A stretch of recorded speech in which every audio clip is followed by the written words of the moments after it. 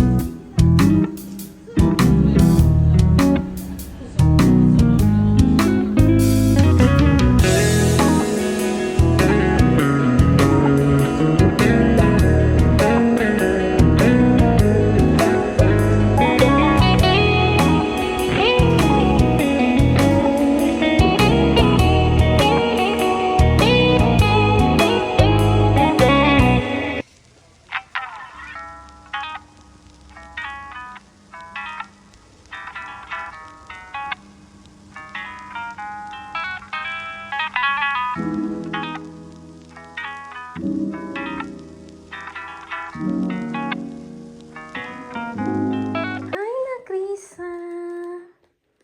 Shush.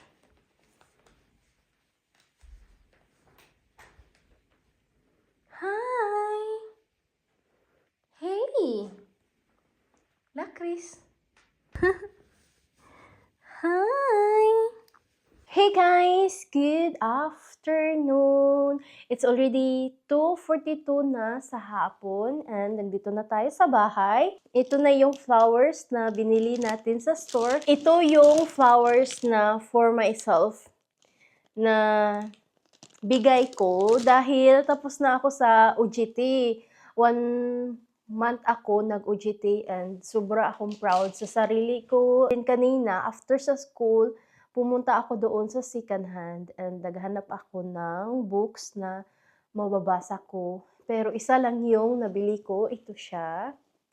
The Life-Changing Magic of Not Giving F-Word. Dumating din yung aking order sa Kicks. Ganito pa rin yung boses ko guys, kay may sipon ako tapos may ubo ng kunti, so nanibago talaga ako mga ilang days na to. Simula bitaw nung birthday ko na masakit yung lalamunan ko. Hanggang ngayon, may something pa rin sa lalamunan ko pero hindi siya same no Sunday.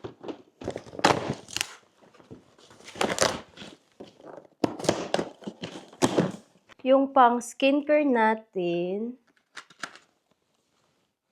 ito yung binili natin sa The Ordinary. Ito yung ginagamit ko na pang cleanse sa mukha.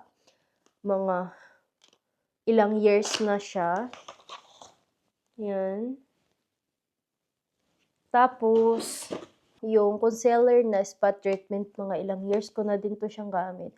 Feeling ko, pag ito yung gamit ko, safe na safe bitaw yung mukha ko. Nagbili din ako ng Dior Forever Natural Nude na foundation kay paubos naman yung aking foundation. I think mga 2 years ko na to siyang gamit and feeling ko lang hiyang ako so hindi na ako nag-change ng foundation.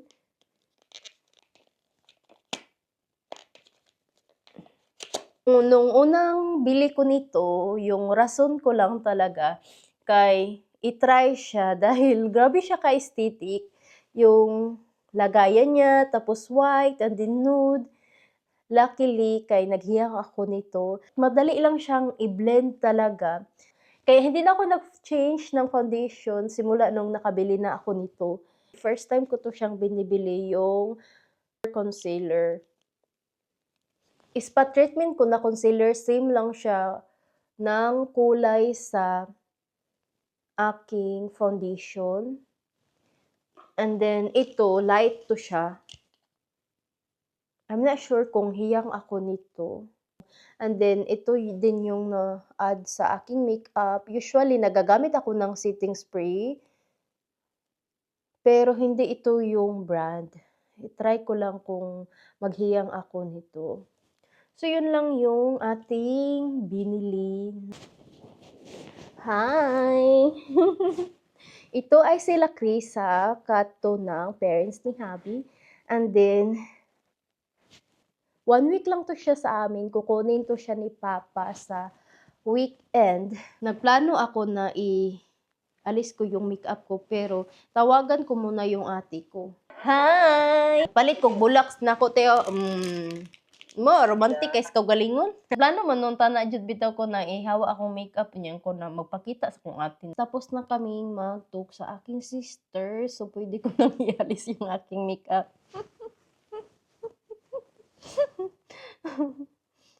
Joke ko yung sister ko na kailangan na makita muna niya ako na maganda before ko ialis yung aking makeup.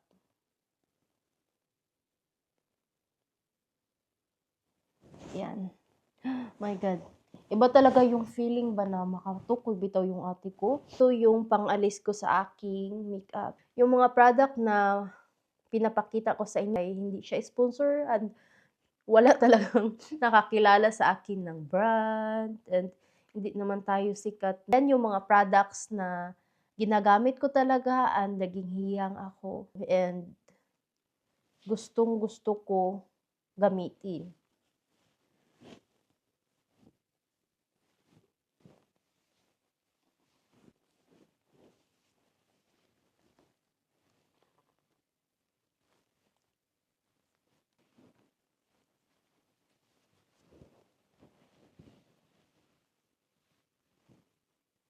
Malaki lang tong aking earrings pero hindi siya mabigat.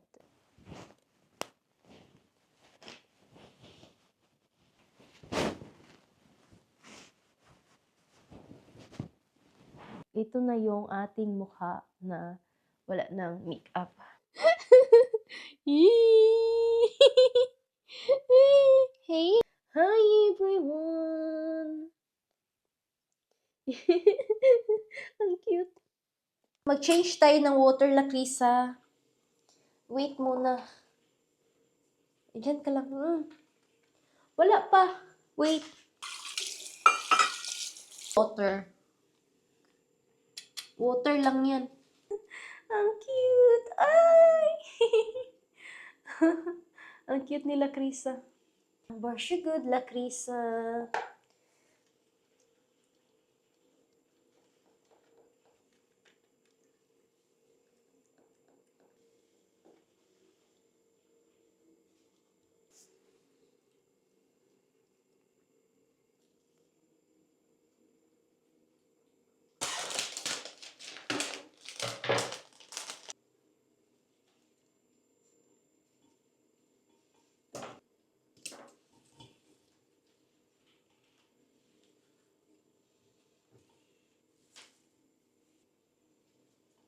Okay na to siya, guys. Yan.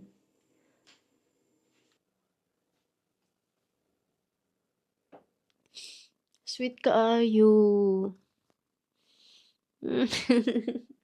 Hi, Lakris. Ikog.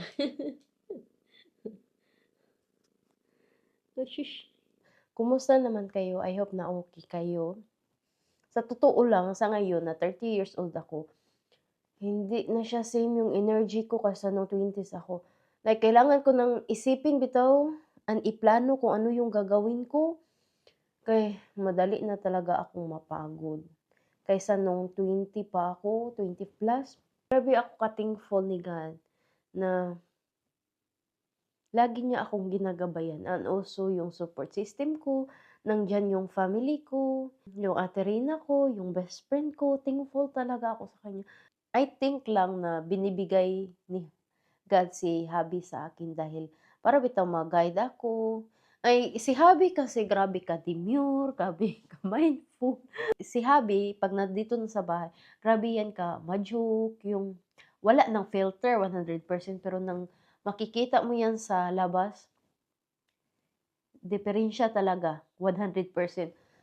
Pinagtagpo talaga kami ng tadhana kay para bitaw maka-learn kami sa each other. Ngayon talaga na-blend na yung aming mga ugali namin.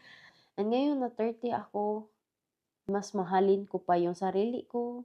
So dito ko na lang i-end yung ating vlog, guys. I hope nag-enjoy kayo.